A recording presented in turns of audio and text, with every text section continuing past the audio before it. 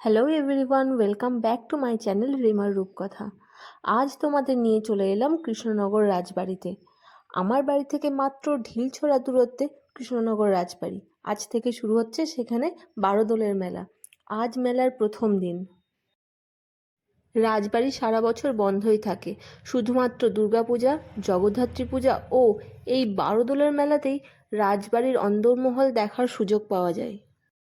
রাজবাড়ির এই অন্দরমহল খোলা থাকবে আজ, কাল এবং পরশু। আর বারোদোলের এই মেলা চলবে 1 মাস ধরে। কৃষ্ণনগর স্টেশন থেকে টোটো করে 10 অথবা 15 টাকা ভাড়া দিয়ে আপনি পৌঁছে যেতে পারেন রাজবাড়ির মূল গেটে। কিন্তু আমরা যাব এই যে রাজার পুকুরের পেছন দিয়ে একটা অস্থায়ী ব্রিজ করা হয়, সেই ব্রিজের ওপর দিয়ে আমরা পৌঁছে যাব রাজবাড়িতে। ইতিহাস ও ঐতিহ্যের মেলবন্ধন এই রাজবাড়িতে দেখার মতো অনেক জিনিস থাকলেও এই রাজবাড়ির সবচেয়ে আকর্ষণীয় স্থান হলো রাজবাড়ির পূজা মণ্ডপ।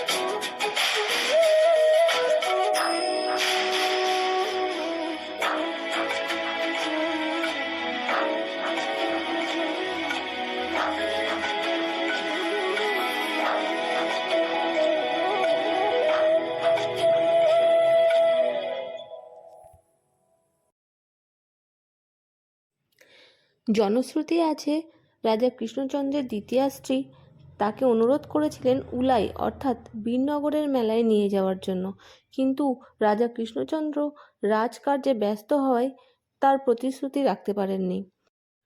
তাই তিনি মনস্থ করেন রাজবাড়িতেই মেলার প্রবর্তন করবেন। দোল পূর্ণিমার পর চৈত্র মাসের শুক্লা একাদশীতে বারোদোল মেলার প্রবর্তন করা হয়। রাজবাড়ির কুলবিগ্রহ হলেন বড় নারায়ণ। মেলায় বড় নারায়ণের সঙ্গে আরও 12টি বিগ্রহ থাকেন, যারা নদিয়ার বিভিন্ন স্থান থেকে এই মেলায় আসেন। এই 12টি বিগ্রহকে নদিয়ার বিভিন্ন স্থান থেকে মহা সমারোহে কৃষ্ণনগরে আনা হয় এবং সুসজ্জিত পঙ্খ অলঙ্কৃত ঠাকুর দালানের নাট মন্দিরে বিগ্রহগুলিকে রেখে বারোদোলের প্রথম 3 দিন পূজা অর্চনা করা হয়। পরে রাজবাড়ির দক্ষিণ দিকের ঠাকুর দালানের বড় নারায়ণের সঙ্গে বিগ্রহগুলিকে রাখা হয় এবং 1 মাস পর বিগ্রহগুলি আবার যথাস্থানে ফিরে যায়। তবে এখন সব বিগ্রহ রাজবাড়িতে আসে না। বড় নারায়ণ ছাড়া যে 12টি বিগ্রহর নাম অনুসারে বারোদোলের মেলার নাম হয়, সেই 12টি বিগ্রহের নাম হলো বলরাম, শ্রী গোপীমোহন, লক্ষ্মীকান্ত, ছোট নারায়ণ ব্রহ্মণ্যদেব, গড়ের গোপাল, অগ্রদ্বীপের গোপীনাথ, নদিয়ার গোপাল, তেহট্টের কৃষ্ণরায়, কৃষ্ণচন্দ্র, শ্রী গোবিন্দদেব ও মদন গোপাল।